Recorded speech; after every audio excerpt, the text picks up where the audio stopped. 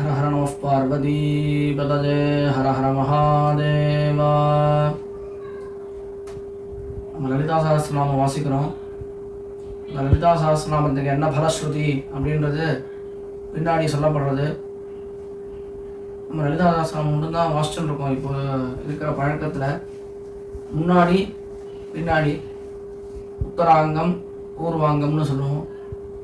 விஷ்ணு சஹஸ்ரநாமத்துக்கு சொல்கிற மாதிரி இதில் சொல்கிற வழக்கத்தில் இல்லை. இப்போதைக்கு வழக்கத்தில் சில பேர் வச்சுருக்காங்க அந்த காலத்து மனுஷா. நம்மளுக்கு இப்போ பழக்கத்தில் இல்லை. இருந்தாலும் அதில் இருக்கிற அர்த்தத்தையும் அந்த ஸ்லோகத்தையும் இப்போ பார்ப்போம். முதல் 10 ஸ்லோகம் இன்றைக்கி பார்க்கலாம். ஓம் இத்யேவம் நாம சாஹஸ்ரம் கச்சிதம் தே கடோத்பவ ரஹஸ்யானாம் ரஹஸ்யஞ்ச லலிதா பிரீதிதாயகம் அனேன சதிருஷம் ஸ்தோத்ரம் न भूतं न भविष्यति सर्वरोगप्रशमनं सर्वसम्पत्प्रवर्धनं सर्वापमृत्युशमनं कालमृत्युनिवारणं सर्वज्वरार्तिशमनं दीर्घायुष्यप्रदायकं पुत्रप्रथमपुत्राणां पुरुषार्थप्रदायकम् इदं विशेषात् श्रीदेव्याः स्तोत्रं प्रीतिविदायकं जपेन्नित्यं प्रयत्नेन ललितोपास्ति तत्परः प्रातस्नात्वा विधानेन सन्ध्याकर्म समाप्य च पूजागृहं ततो गत्वा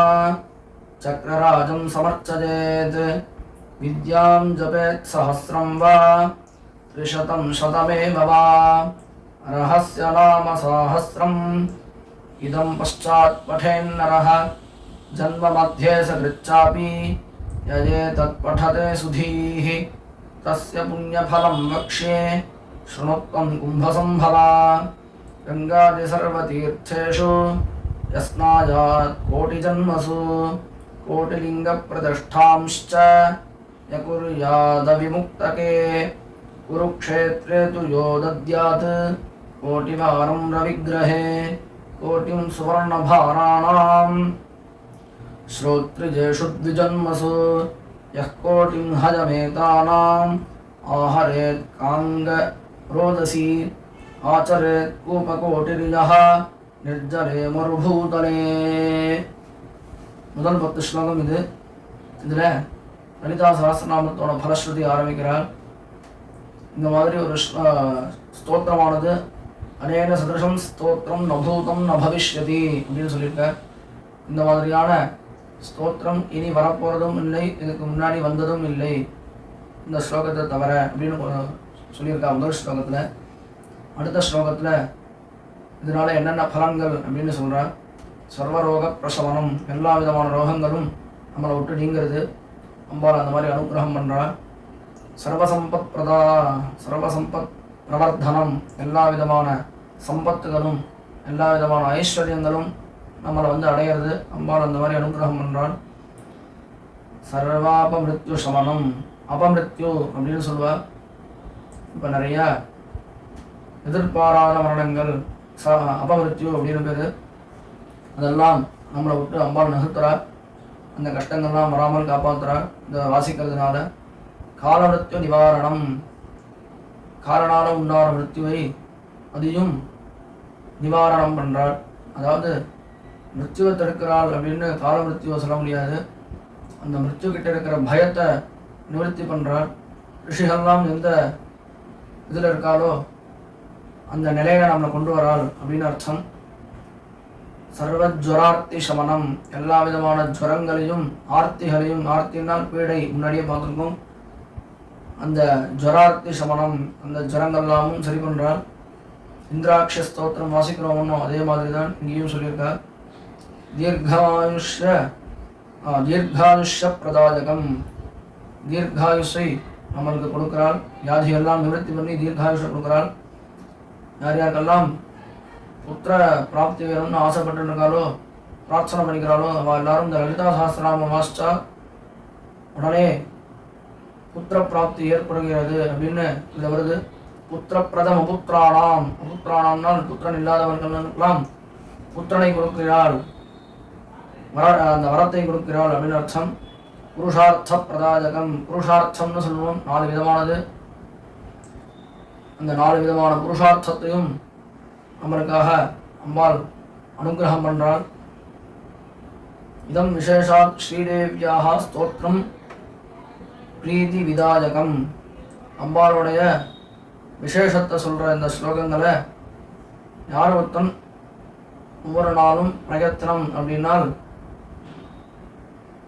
ஒரு யத்னத்தோட நித்தியம் இந்த ஜபம் பண்ணுறானோ லலிதோபாஸ்தி தத்பரஹா, லலிதாதேவியுடைய பிரசாதத்தை எல்லாம் அடைகிறான், அந்த குணத்தையும் அடைகிறான். எப்படி பண்ணணும் அப்படின்னா கார்த்தால எழுந்து ஸ்நானம் பண்ணி அவளுக்கு விதிச்சிருக்கிற கர்மாக்களை எல்லாம் அனுஷ்டானம் பண்ணிட்டு சந்தியாவந்தனாதி அனுஷ்டானங்களை பண்ணிட்டு பூஜை பண்ணுற ரூம் கிரகம் அப்படின்னு போட்டிருக்கார். பூஜா கிரகம்னு பூஜை ரூமுக்கு போயிட்டு இன்னும் பூஜை பண்ணுற இடத்துக்கு வந்துட்டு அந்த இடத்துல ஸ்ரீவித்யா பூஜை பண்ணுறவாரெல்லாம் சக்கரராஜன் வச்சிருப்பார். மேரு, அந்த மேருவில் அம்பாளோட சக்கரம் இருக்கும். அதில் ஸ்ரீ சக்கரம்னு சொல்லுவாள். அந்த பூஜை பண்ணிட்டு இதை சொல்லுங்க அப்படின்னு சொல்லியிருக்கார். நம்மெல்லாம் அம்பாளுக்கு ஒரு 2 புஷ்பத்தை சாத்திட்டு இந்த ஸ்லோகத்தை வாசிக்கலாம். எல்லாரும் இந்த பூஜை பண்ணணும்னு அவசியம் கிடையாது. இது பண்ணக்கூடிய வாழ்க்கான ஸ்லோகம். நம்மெல்லாம் அம்பாளுக்கு 2 புஷ்பத்தை போட்டுட்டு வாசிக்கலாம். வித்யாம் ஜபே சஹஸ்ரம் வா, அதாவது லலிதா சஹஸ்ரநாமம் இருக்கு, லலிதா திரிஷதி இருக்கு, இந்த மாதிரி சதமேவா அப்படின்னு கடைசி விதமா 100 சொல்றாப்புல வச்சுக்கணும் அப்படின்றத கொண்டு வந்திருக்காள். அப்புறம் ஜன்ம மத்திய சகிருச்சாபி, இந்த ஜன்மம் எடுத்திருக்கோமோ இதில் ஒரு தடவையாவது ஏகாகிர சித்தத்தோட அம்பாலோட வர்ணனையெல்லாம் நினச்சிண்டு அம்பாலை தியானம் பண்ணிண்டு ஒரு தடவை வாசித்தாலும் அவனுடைய புண்ணியத்தெல்லாம் அவனுக்கு எவ்வளோ புண்ணியம் கிடைக்க போகிறது அப்படின்றத சொல்கிறேன் கேளுங்கோ அப்படின்னு சொல்லிட்டு அகஸ்தியர்கிட்ட சொல்லிட்டு மேலே ஆரம்பிக்கிறாள். கங்காதி சர்வ தீர்த்தேஷு, கங்கா யமுனா சரஸ்வதி கௌதமி நர்மதா இதெல்லாம் நம்ம சொல்கிறோம். ஒன்றும் மாதிரி 7 நதியில் கோடி ஜன்மத்தில் கோடி ஜன்மமாக நம்ம ஸ்நானம் பண்ண பலனை கொடுக்குறாள் அம்பாள். கங்காதி சர்வ தீர்த்தேஷு ஜஸ்னாஜாத் கோடி ஜன்மசு, கோடி ஜன்மமாக நம்ம ஸ்நானம் பண்ணதோட பலனை ஒரு தடவை லலிதா சஹஸ்ரநாமம் ஸ்ரத்தையோட வாசிச்சால் கிடைக்கிறது அப்படின்றத சொல்கிறாள். கோடிலிங்க பிரதிஷ்டாம்ச்ச, ஒரு லிங்கத்தை பிரதிஷ்டை பண்ணாலே பூர்த்த தர்மம் அப்படின்னு சொல்லுவா.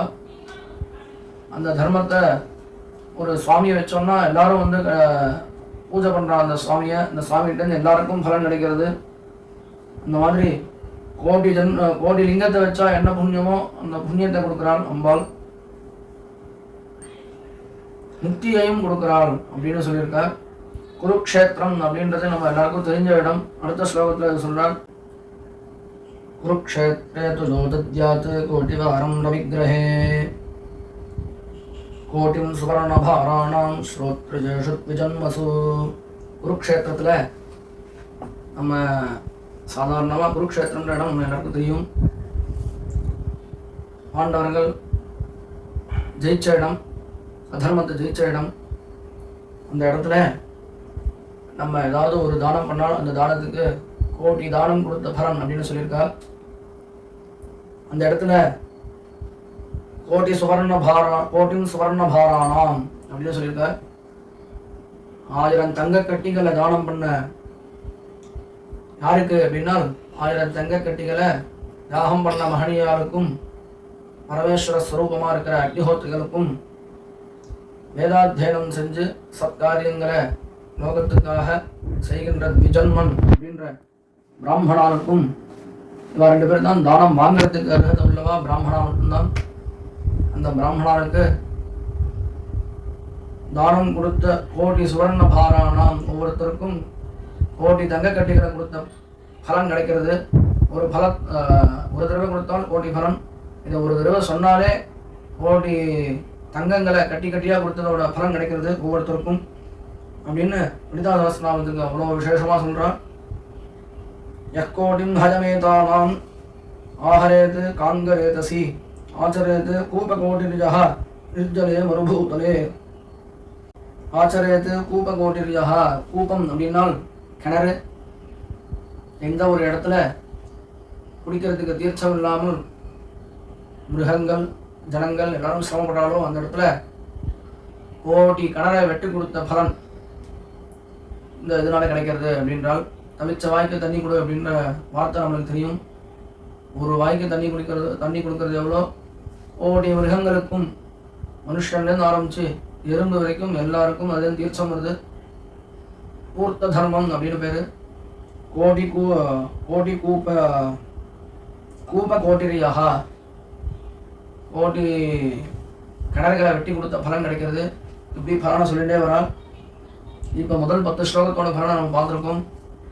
86 ஸ்லோகங்கள் இருக்குது பலஸ்ருதியில், உத்தராங்கத்தில். பாக்கி ஸ்லோகங்கள்லாம் ஒவ்வொரு பதிவில் பார்ப்போம். இன்றைக்கி 10 ஸ்லோகங்கள் பார்த்துருக்கோம். லலிதா சஹஸ்ரநாமத்தையும் ஒரு பதிவில் போடுறோம். தெரிஞ்சவா அதை கேட்டு ஆனந்தம் கொள்றதுக்கு அம்பாளை பிரார்த்தனை பண்ணிக்கிறோம்.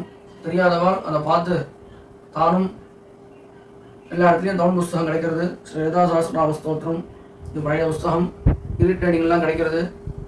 வாங்கி எல்லாரும் அம்பாளுடைய அனுகிரகத்தை அடையணும். இந்த லலிதா சஹஸ்ரநாமத்தை பாராயணம் பண்ணி இதில் சொல்லியிருக்கிற எல்லா க்ஷேமங்களும் எல்லாருக்கும் கிடைக்கணும் அப்படின்னு பிரார்த்தனை பண்ணிட்டு இந்த பதிவை இதோடு முடிச்சுக்கிறோம். ஹர ஹர நம பார்வதி பதயே, ஹர ஹர மகாதேவா.